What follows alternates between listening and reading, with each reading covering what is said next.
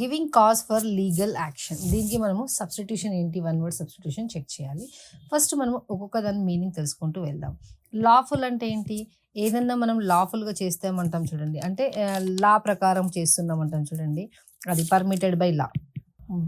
లాలో అది పర్మిట్ చేసిర్రు అంటే అది లాఫుల్ యాక్షన్ అని దాని అర్థం.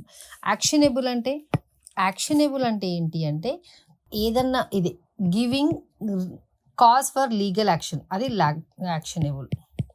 నెక్స్ట్ లీగలైజింగ్ అంటే ఏంటి అంటే లాని ఫ్రేమ్ చేసి ఆ లా ప్రకారం అంటారు చూడండి, దాన్ని లీగలైజింగ్ అని చెప్తారు. Lawful through the enactment of loss.